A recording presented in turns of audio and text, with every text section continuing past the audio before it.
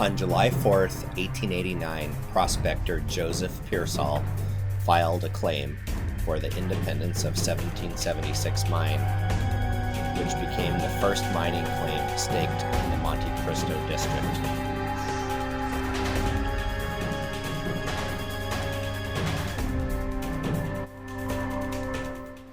We are now heading up the isolated and difficult to find road that eventually turns into nothing more than a barely discernible trail. Earlier that spring, Pearsall scouted the area near Glacier Basin in the Cascades with his prospector friend Frank Peabody. Pearsall's knowledge of geology led him to check out mineral deposits east of Mineral City. He climbed Hubbard Peak to 5,500 feet and spotted a brick red gold in the afternoon sunlight. He suspected this was galena, which could indicate silver and gold.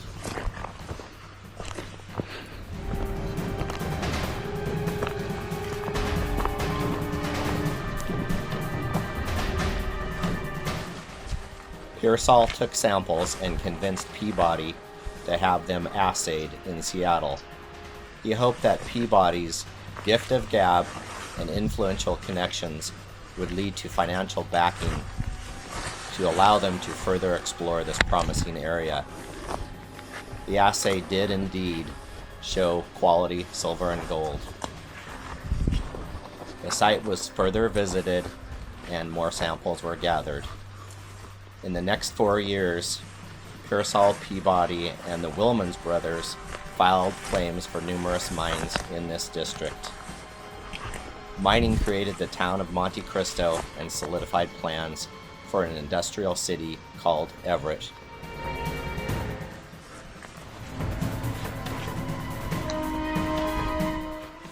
We are now heading through the lowland, ferns, brush, and Devil's Club, which forms the bottom of this basin.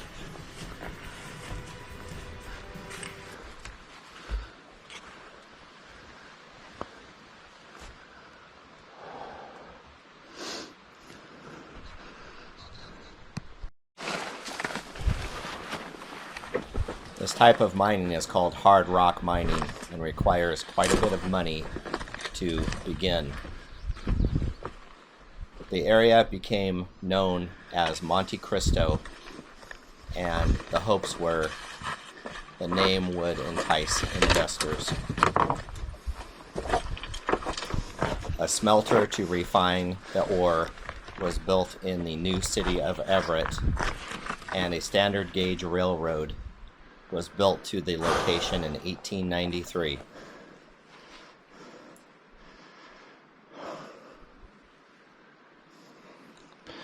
So the goal is the upper tunnel to the 76 mine, which the tailings pile is located right there at the base of the rock cliffs. All right, and off we go.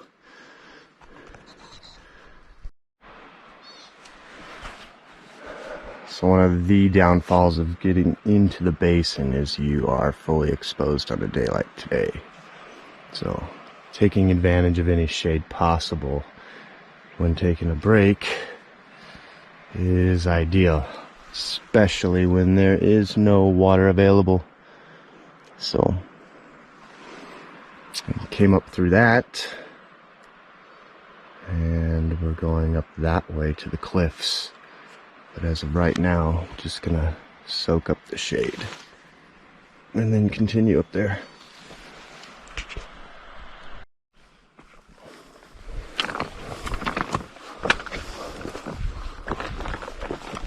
Loose rocks and large boulders, along with steep conditions, make this section particularly difficult, especially in the hot afternoon sun.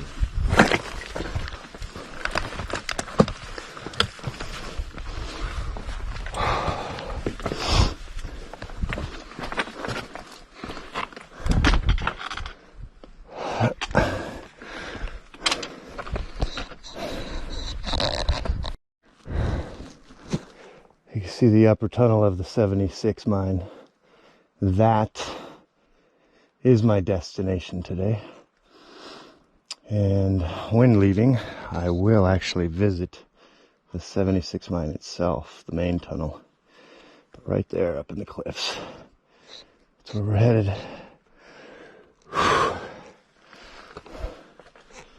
Okay.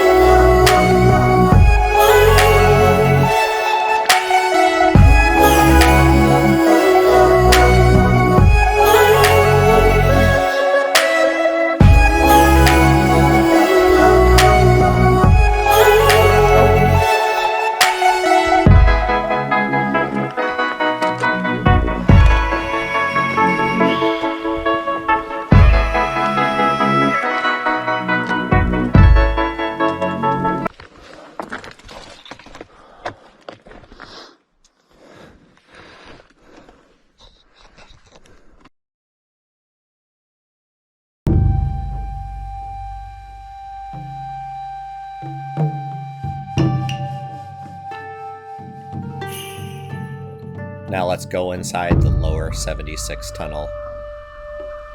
The microphone got some mud on it, so the voices are hard to discern. This wood air pipe is some of the oldest structure in the Monte Cristo district.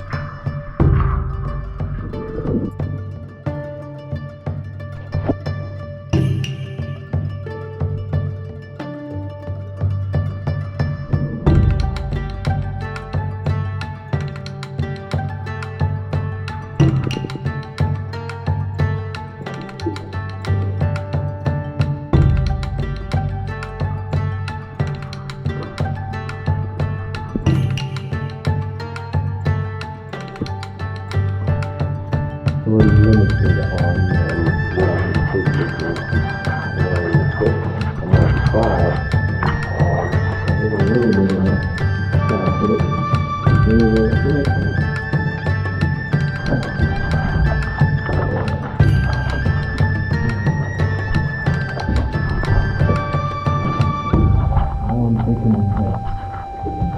incredibly quick.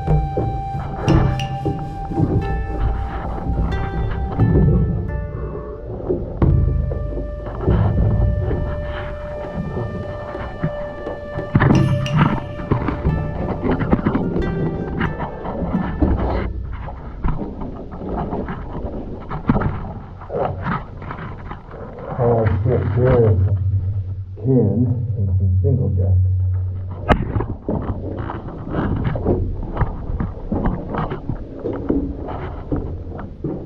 There you go.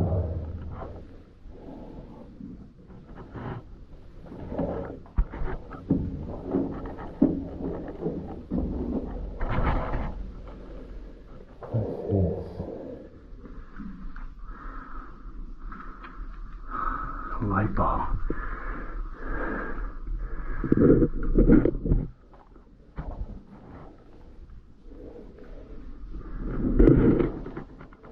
The powder spoon up here. I'm curious if that hole is loaded at all. Cans. Can inside of a can.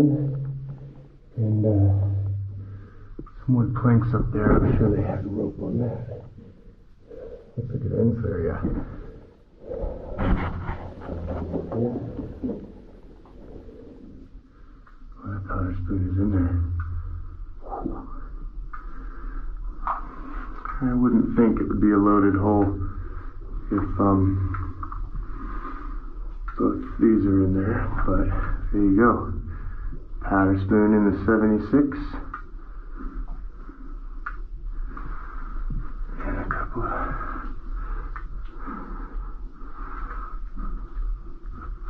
interesting.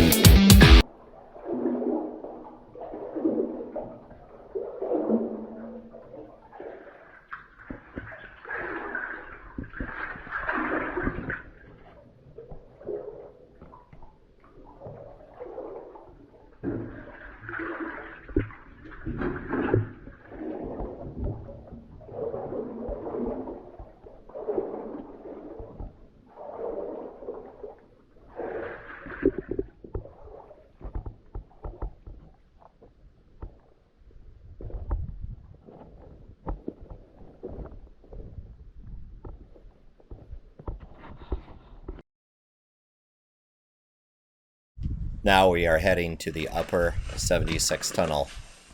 A very steep climb. Let's go inside.